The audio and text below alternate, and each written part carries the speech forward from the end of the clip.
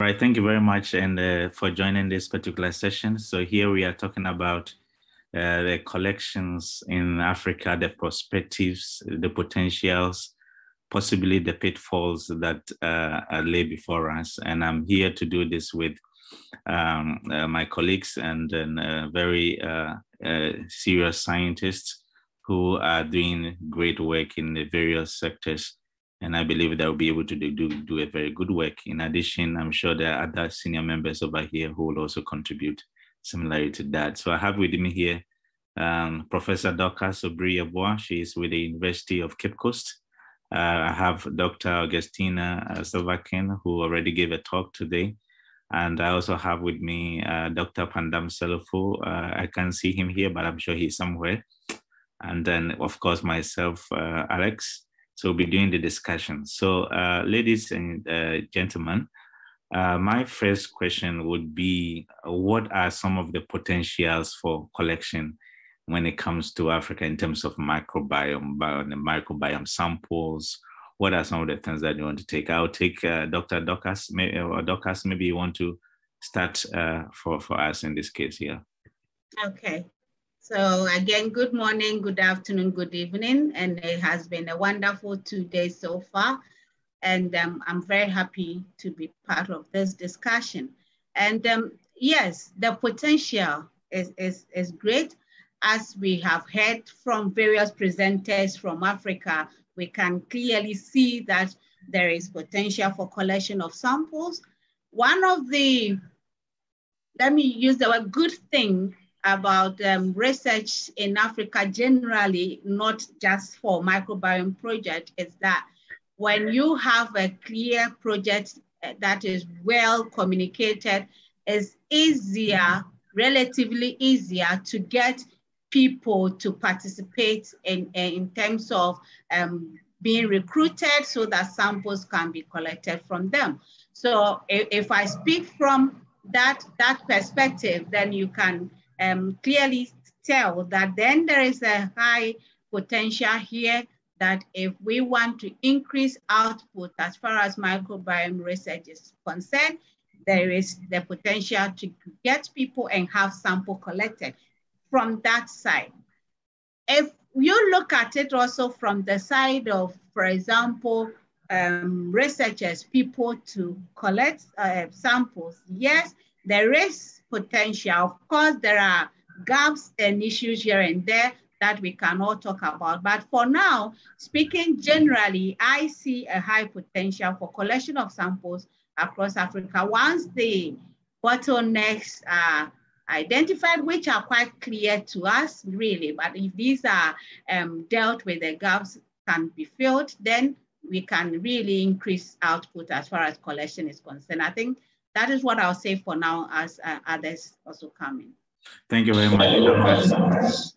And Augustina, would you want to add something to it? Yes, thank you, Alex. Indeed, we have a lot of potential. The samples are in abundance. There's a lot of diversity. If you even look across the various regions in Africa, a lot of diversity. Look at the different geographical locations and so on and so forth. And I may even want to chip in that now capacity is gradually being built.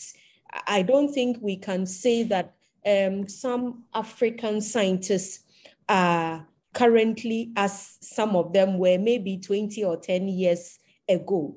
In terms of resources, i.e. equipment, I think that in that area too, some capacity is gradually being built. I mean, if you go to some referral research institutions like KCCR, you find that they have the platform for sequencing, they have the platform for biobanking, they have the human expertise when it comes to such studies. So I think that we may not be there yet, but the potential is there. There's diversity, there's the platform, there's human resource to enable us delve into studies related to microbiome. Obviously, there are a lot of bottlenecks, but I'm sure gradually, as we pick up and as we shake ourselves up, we'll be able to cross over such hurdles. Thank you, Augustina. Pandam, you've worked very extensively with other African partners. You want to say a word on this one? Yes, and thank you. Across Africa, there is a huge potential. But as the issue that many researchers has been concerned is helicopter research. That is, yes, and to get samples collected and fly over, there is no sustainability in Africa. And so as planning collection, as we collect, we should also plan sustainability, long-time win-win sharing of samples that we collect. There has also been broad ethics governance that has been document that has been developed. Say that you can collect samples from one country and or many countries can collect samples in which you'll be able to pull them together and still be able to do research well. And so the potential for sample collection is enormous. There are also facilities, pockets of facilities available in other many countries to be able to collect the samples and archive them. And come to the data analysis. 5 or 10 years down, there were limited people with expertise to be able to analyze microbiota and microbiome data. Metagenomics data capacity was very low. But recently, training and through H3 Bionet and also the NIH FANET and bioinformatics training programs across Africa, there has been a huge improvement in capacity to be able to analyze microbiome and microbiota data. Sorry, there is a few work that is currently going on. But however, sample collection should not be an issue. Facilities to store and to be able to share samples across Africa shouldn't be a major challenge. Though there are some countries with storage and electricity issues. All right, thank you very much, panelists. What I want to put across is that, of course, in Africa, you also see a huge diversity. What I'm very much interested to be, how do we enter the community? Because sometimes the people might find it crazy that you are just collecting soil sample for what? In God's name, do you want to take this thing? And you want to collect some samples like you are collecting stools and preserving it, you're collecting urine, you're preserving it, you are collecting saliva. Because of the microbiota vault, we are interested in all samples that has some relevance to microbes. So at the community level, how are you able to permeate? I mean, you know, the structures in Africa, very complicated, chiefs, community leaders, all this kind of stuff. Maybe one of you want to throw just a little, just in 30 seconds, something on it. Yeah, Dorcas, you want to say something to that? Okay, so I think this is not peculiar to microbiome research, but it has always been the case that in my earlier submission, I made a point about a clearly communicated research objectives. And if you can bring it down and not communicate above the people, which is usually the case, that we go with our scientific terms and then we want to collect their samples for microbiome research, of course, they are not going to understand. And if they haven't understood it, that is especially the gatekeepers, then we always face a challenge. So that communication aspect is part of research capacity that has to be built for all researchers, how to bring our science down to the level of these indigenous communities and people who would appreciate what you want to do and how in the long term it would benefit them, if not even immediately. Once that is done, really, I don't see the problem for microbiome research being any different than any other research. Thank you very much on that, Dorcas. Well, I want you guys to throw lights on if you've touched on some of the challenges, and some of the challenges are very also peculiar with other studies and other projects. And uniquely, when it comes to microbiome sampling and then preservations, we have some unique challenges. And I know in terms of storage, if you have a lot of samples, the question is, where do you even keep them? If you have some very key samples or very potential samples, you want to, at which particular temperature do you keep them? You're talking about light going out most of the time. You're talking about maybe inability to afford for liquid nitrogen to preserve samples for a very long time. Could you guys touch on, I mean, starting from the base, I mean, we, of course, the panelists over here and the scientists in the group, thinking of how to collect samples. What are some of the pragmatic measures we can put in place to ensure that we collect very quality samples that in the future or in the years to come will be relevant not only to us as African scientists, but to the global partners and the other scientists around the world?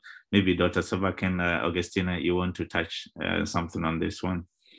Yes. So as Africans, we need to recognize that we need to perform quality science and quality research. So all the needed resources for conducting that quality science should be made available. So one huge bottleneck is resources, i.e. the finances, because obviously if you need to purchase reagents, you need finances. Remember, some of these samples we want to collect in our quest to answer some questions related to microbiome or microbiota may require some storage facilities. Sometimes you may need some liquid to enable you store the sample. Sometimes right from the point of collection, you need to store it in a media or medium. How do you get that medium? You need to get that medium from maybe abroad. We have some stringent issues related to our customs, because if you've got to import something into the country, you've got to go through the needed protocols. So I think that as Africans, we may want to come together. If we need, we can apply for some waivers, so that if, for example, the Minister of Health or a certain minister needs to append his or her signature to a simple document, so you can get that reagent of yours to enable you store your sample. I think that these things need to be done. I feel that most of the bottlenecks may be very similar across board in Africa, but the huge one has to do with obtaining the reagents, getting the reagent into your lab and working with the reagent. As for the samples, they are already in existence. I see that these two may be two out of the several challenges we face as Africans. And so if we are able to build measures and strategies to overcome them. So before you even think about getting that reagent, you want to reach out to the customs to alert them, put in all the necessary processes and the requirements. You don't wait for your item to get into the country before you fill that form. So if we prioritize and do some of these things ahead in time, I'm sure we'll be able to overcome some of the challenges we face. Right, thank you very much. Yeah, Pandam, you want to add something? Yes, just as my co-panelist has indicated, yes. I mean, there are issues. And of course, there are also ways to solve them. I mean, local problems require local experts to be able to deal with this. Collecting samples depending on whichever country, you need to get the right partner. And so there are some institutions that are capable of being able to collect the samples required for any particular research. However, long-term storage, that is 5, 10, and 20 the line storage is where, at this particular point, I think many African countries, scientists do not have expertise for storing samples for over a long period of time. But of course, within 2 to 5 years storage, there are pockets of facilities that are available to be able to undertake this. Of course, and there are also some countries that are able to produce locally liquid nitrogen in tanks, liquid nitrogen to be able to handle this. If you take, for instance, in KNUST, we have liquid nitrogen production at site. Apart from National Grid, we have several plants that are backing our storage facilities. Not only one, you have several of them, so that even if National Grid fail, then backup plans are available to be able to support them. And of course, procurement of materials require planning. If there is money to be able to procure this, we should be able to procure materials and bring them timely, but it requires planning and the resources. And the resources, we talk of money and the expertise and humans. And if it comes to what to collect, it's only depends on what the research focus is about. Right, thank you very much. A participant wants to know that there are commercial sequencing platforms are barely not, of course, we don't have that many of them in Africa. And even if they are, sometimes they're very expensive. Now, talking about microbiota data sequencing, if you collect a sample, you can't sequence, you can't do anything. It's more or less, of course, you may store, but you cannot get any data that can inform policy or can be very relevant. What are some of your thoughts on this and the way forward? Because Augustina, you're right. You talk about sequencing at your institution. It may not be easily available to anybody at all. You know the cost component that goes into it, and therefore, I mean, on a practical point of view, it will inhibit or prevent many people from getting access to some of these things. And this is where some of the key challenges. What would be some of your thought? Is it that we should begin to, maybe from a researcher's point of view, we should begin to negotiate with the government or collaborate with other higher institutions that we have over here or in other places to see how some of these things can be a little bit lessened, so that for junior researchers, for even senior researchers, to be able to get something out of some of the work that come out. Maybe you want to say a word or two on this, and we move forward. Yeah, absolutely, Alex. I think we also need to recognize that we are not there yet. So we need to still maintain the partnerships or the partnership or the collaborative nature of whatever we have been doing. You can't overnight start sequencing, let alone do it on a large scale or on commercial basis. So we've got to start gradually. And as we start gradually, we learn from best practices. So we still maintain the South-North collaborations. We still maintain or we initiate or develop South-South collaborations. And then gradually we wean ourselves off. But I think that still maintaining those partnerships will be very, very important. We can't just get up and wean ourselves off because we are not there yet. We don't even have the resources. We may have 1 or 2 commercial sequencing facilities in Africa. So we can still learn from the big companies. Remember, in Africa, our priorities are different. Our governments, they have, and we need to be very clear, they have their own priorities. So occasionally we chip in. If we get a platform to talk to them, we discuss it with them, and hopefully gradually things may change. But I think that we still need to maintain those partnerships and learn from them. And then gradually we may want to come together. Maybe West Africans can come together and decide to initiate a commercial sequencing facility in West Africa, or we can decide to open up, get a grant, open up a huge sequencing facility for commercial purposes somewhere in Africa. But until then, I think that we still need to maintain those partnerships and learn from them. Thank you very much, Augustina. George, your hand is up. You want to say something? Go ahead, please.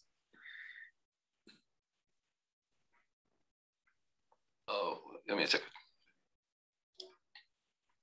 Thank you, Alex. Thank you to all for the presentations. I work at Rutgers with Gloria and was part of the team that put together the first conference for Latin America in Peru. And I was listening to what you were saying in terms of additional support and that the research will need and the sustainability of the project in the long term. And we discovered, we were lucky enough to get attention from officers from a couple of ministries when we ran the first conference. And that stirred a lot of their curiosity. But the interesting thing was that so much curiosity that we even have a follow-up meeting with officers from the Ministry of Environment after the conference like this. But it was a kind of a strange meeting because there was a lot of offer of support, but not too much specifics about what kind of support. Mm-hmm. So one thing that kept us going was that since especially in Peru seems to, because of the legislation, it's going to take some time and it's kind of complicated to reach the issue of consent. We need also to build a lot of consensus, you know, and go laterally and transversally. And we thought that maybe we need to first make a consensus within the scientific community. So we need to do more events like this and spread more the word about microbiome research and why it's important to do the conservation now and what could be the future potentials in terms of health. So it has to be recurring in order to build consensus with the scientific community, which helps for getting leverage with government officials. And I'm a professor of environmental humanities. I'm not a scientist. But just in case you want to entertain this idea as in terms of building the consensus, there is something now called indigenous futurisms, or in the United States, African American futurisms, science fiction written from the perspective of indigenous people. And I think in culture, our writers, our literature professors will be much interested in knowing about microbiome research and the impact that it may have in our own countries, and be part of the agenda of how people think about the current state of affairs and what to do moving forward. And finally, of course, we figure out that we need to get in touch with whoever is leading the conservation initiatives in Peru, and slowly but surely try to get microbiota conservation as part of the agenda of conservation in the country. Thank you very much. Thank you, George, for those wonderful comments. Well appreciated. Elsa, I think you also want to say something. Please go ahead. Okay, thank you. So firstly, I want to address the congratulations for this meeting. It's very exciting. So for CISA, it's a first approach about bacteria's identification. So I think that we have to organize the patterns among African countries to begin the research in about microbiome. So for us is very easy to collect samples, because people are being collaborate, and we have a potential for about diversity and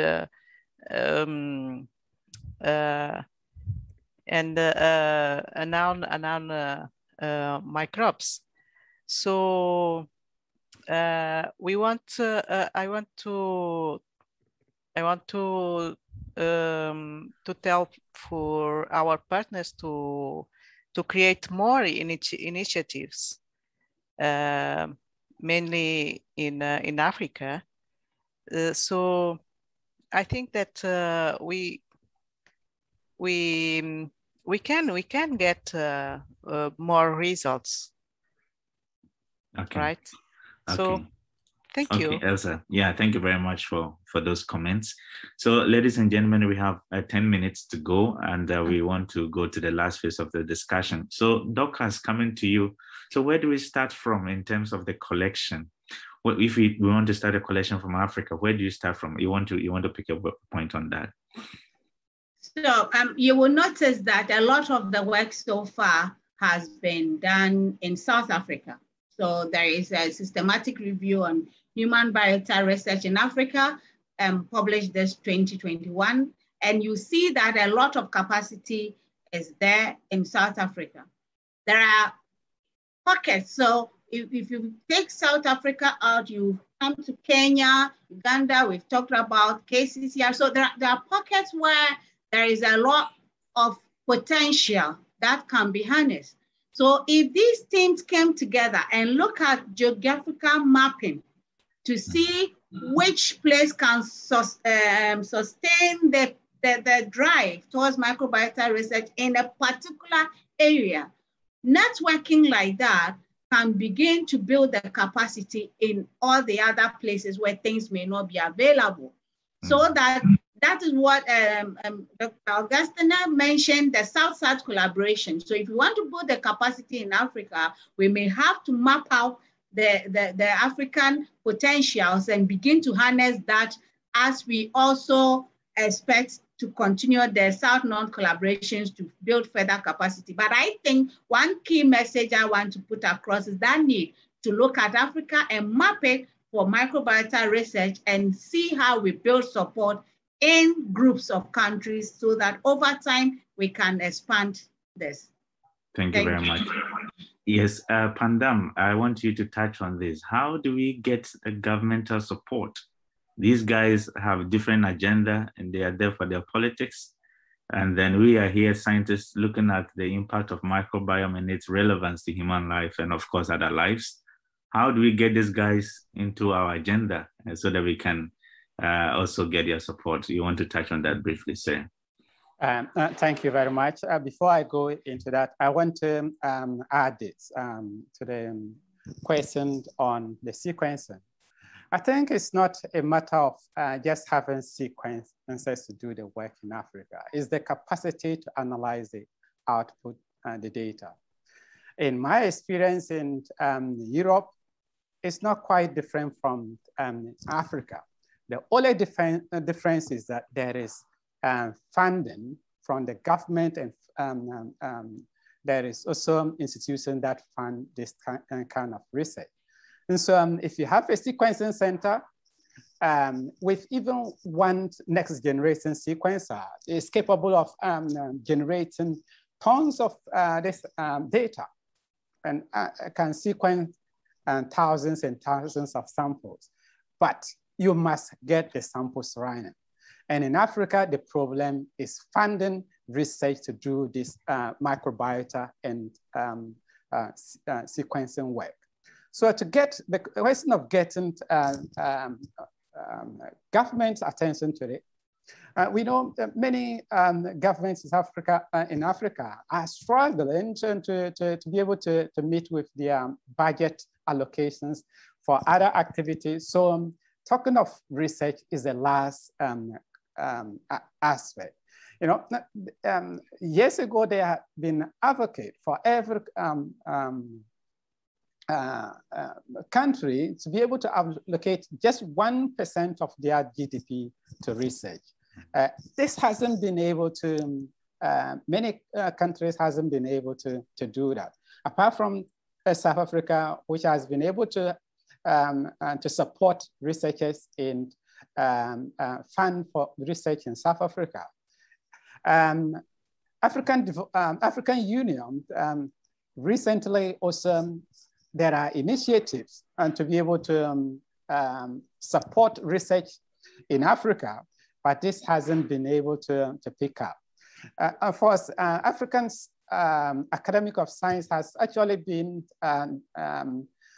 in forefront and engaging with governments across the continent to be able to get them to set up funding for research to be conducted within the respective countries. But it's difficult getting their attention. Their immediate priority is not research, unfortunately. The few research that has been funded in Africa supporting multi-collaborations usually come from the northern side. So that is why we need, that is why we need to collaborate, to be able to collect these samples and to be able to do this work in Africa. But we have to remember, collaboration is not the matter of always collect the sample. The capacity, the sustainability, especially training Africans to be able to analyze or do this kind of work in Africa is important. Remember, if you have samples, it's easy to ship them to Europe or sequencing centers to do this. But the bottom line, can you make meaning from that data that you have? Luckily, H3 Bionet and we have been organizing trainings across Africa, and there is now a bit of capacity to do the analysis. Getting the attention of government is a big challenge. Thank you very much, Pandam. So to the panelists, I give you 30 seconds and each will tell us something on the potential of collection as your closing notes so that at least we can end it from there. So Augustina, maybe you want to pick the first one. Yes, I think that we should continue to engage our politicians. We should stop using all the scientific terms, terminologies, jargons. It gets them off. Let's use simple language. When we have conducted that pilot study, let's put it in a very simple information leaflet and give it to them. They may not read it today, but I'm sure one day they will be able to read it. I think this will be my closing remarks. They may be interested, but maybe we haven't presented our story and our issues to them very well. We need to ask ourselves why they keep on supporting other things, but they fail not to, or they fail to support research. Let's change our language and let's. Thank you, Augustina. Thank you very much. Yes, Dorcas, just in 20 seconds. There's a lot of potential. If we network well, if we strategize, we will be able to move microbiome research in Africa very, very fast. Thank you. Right, in 10 seconds, Pandam, and I mean 10 seconds. Yes, the important, the experience we got from H3 Africa is funding, collaborating to get funding, and geared towards sample collection and microbiota work, and large consortiums is needed. Thank you very much. Thank you, ladies and gentlemen. Thank you so very much. I hand over to Karina. Taina, thank you very much. Take over. Thank you very much, Alex. I think everything has been said. It was a very interesting and fascinating discussion. I hope we can find a way to continue this collaboration and network. And I just want to thank all the institutions that were involved. Maybe just to quickly have the logos again to thank them. Thank you all. I hope we'll be in touch. And it was great to work with Alex, Gloria, Pascal, but Dominic, so many names, and people from Mozambique and Cesar, Jocelyn, and thank you. And I won't take more time for all our busy schedules, and thanks for joining from so many places in the world.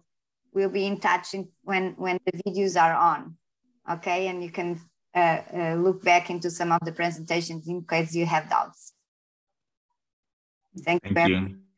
Thanks so much. Thank you so very much. Thank you. Okay. Have a great time. Okay, bye-bye. Bye-bye. Bye-bye. Thank you. Bye.